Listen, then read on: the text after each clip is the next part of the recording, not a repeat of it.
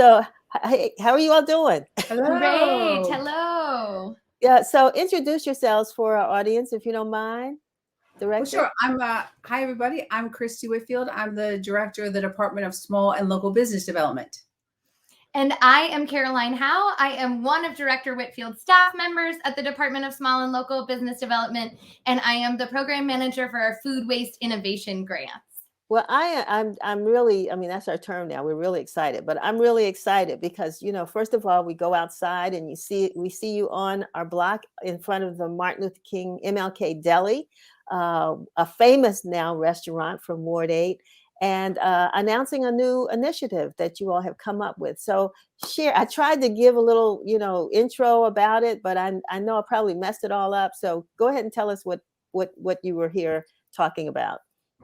Well, today's Earth Day, and so we thought, what better day to announce the Food Waste Innovation Grant. So we have, on behalf of Mayor Bowser, we had $500,000 pool of grant funds to really address food waste and how to reduce food waste. And so whether we are reducing food, reusing food, saving food, or then composting food. And so we had 22 grantees that had really interesting, innovative ways to sort of stop food from getting into the food stream or using it in a different and interesting way. And this is a program that Caroline ran for Dslbd, and we were announcing those grantees and celebrating them for Earth Day. So you should say a little bit about that program. Sure. Yeah, we're really excited that of those 22 businesses awarded, it represents business in every single ward of the city, every different kind of food business, from corner stores to cocktail bars and cafes to restaurants and to shared commercial kitchens. And each project, it allowed those food businesses to be able to really be looking at reducing the food waste that they were generating. So the additional costs for the businesses, to be donating more edible food so they were throwing away less, and then to be composting, to keep food waste out of our dumpsters and our alleys, to have more frequent food waste collection so that we're reducing our rodents while we're also helping meet Mayor Bowser's Sustainable DC 2.0 goal of reducing food waste by 60% in the district. We want to feed people and not rodents. And and as business owners, we know, any dollar saved is a dollar earned. And we were really excited at the interesting and innovative ways that we're helping businesses sort of save those dollars, find interesting ways to feed their customers, feed their customer base, and then also help the community, because sometimes, saving that food and then helping take that food and feed people that are a little bit less fortunate is a great opportunity instead of just throwing it away. And so we saw a lot of really, wonderful and interesting ways. I think it's a 360-degree approach to food waste. And like, before you throw it away, how can we use that food better, for the environment, for the economy, for the city? A lot of people are having the same issue in their own homes. And so it would be interesting to hear maybe one or two examples of one of the businesses and what their idea was that ended up getting awarded. Absolutely. Well, I think one example that we had here today was Ben Lin from B. Lin Catering, and his example is very transferable to your house. So he started by proposing that he was going to build a few raised beds and actually be producing more of his herbs and greens on site. Things like basil and lettuce can go bad really quickly in your refrigerator. And the fresher that you're picking them, including from your own yard or your own windowsill, the fresher it is when you cook it, and also the longer it will last. He's also then purchasing more locally. When food doesn't have to travel across the country, it's able to be sold to you, consumed by you, with less transportation time and less cost. And then Ben is also looking at, with excess food, looking at how he can donate food at the end of the day. So if you're hosting an event at your house, whether you're celebrating Earth Day or any of the many holidays around this time of year, figuring out how you can prepare the right amount of food for the guests you're serving. And that's part of his proposal as well. And then last, but certainly not least, B. Lin Catering is going to start composting. So taking their food scraps, there's always food left over. Even if you are very creative about using your onion peels to make a soup stock, or your lemon rinds to make a cocktail syrup. Whatever you're doing, you will have scraps at the end, and those can all be composted. So working with another one of the recipients, Compost Cab, which is a CBE here in the district, a certified business enterprise.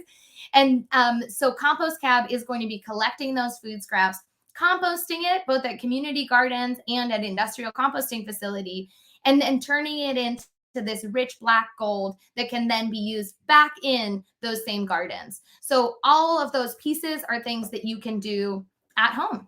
And when that doesn't go into the dumps, talk a little bit about what happens when that doesn't go into the dumps. Absolutely. Well, and this really brings it back to Earth Day. The food waste in the US is one of the largest pieces of our waste stream. So it's filling our landfills, our incinerators, and it's having really negative impacts there because food waste, when it goes to landfill, decomposes and generates methane, which is one of the most powerful greenhouse gases leading to climate change and global warming, which is making our city wetter, wilder, and warmer weather.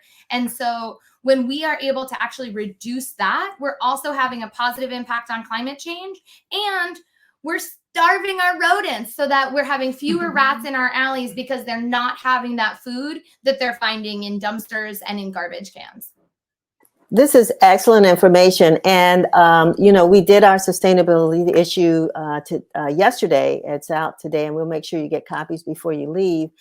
We didn't talk about composting, but I've always been pretty fascinated about that. And I know that they're, Director Whitfield, I know they're composting places across the city. I don't know if that idea or concept has actually made its way east of the river, but are there places on your websites where people can go and gain maybe more ideas and more information about how more district residents, in addition to other businesses, can be a part of this movement? There absolutely are. And let me say that, it's funny because composting is happening east of the river. Worm farming is happening east of the river. We are doing all the things east of the river.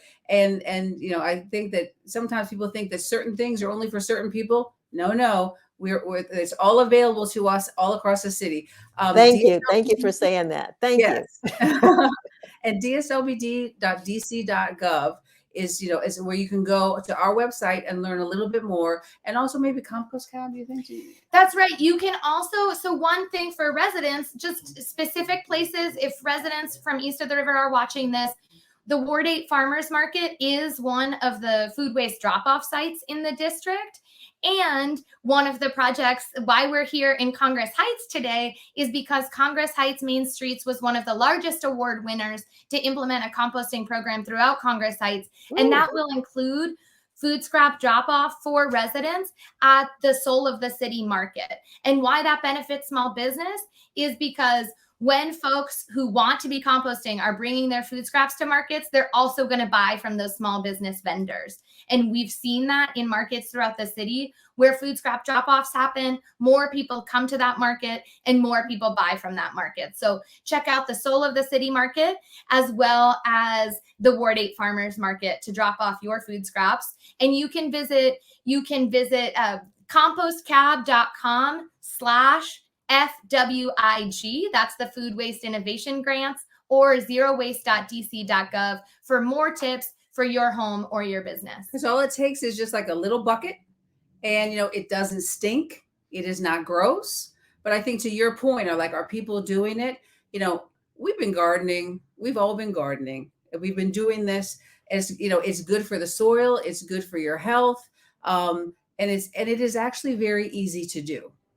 So I think we can do this, guys. We can do it, and it's easier. It's easier than people think it is. Oh, she's giving us. And it's a family fun way too. That's the other thing I like about it. All of that brings families together, and I know my husband is waiting for me to get out there in that yard. I promised to do it this weekend. So you all have inspired me. And so I want to thank you so much for coming. I mean, just the fact that you were here, but you were able to spend a few minutes with us to share this great information on Earth Day. So have a wonderful, beautiful Earth Day. Thank you for having us. All right. Happy Earth Day. Happy Earth Day. Thank you.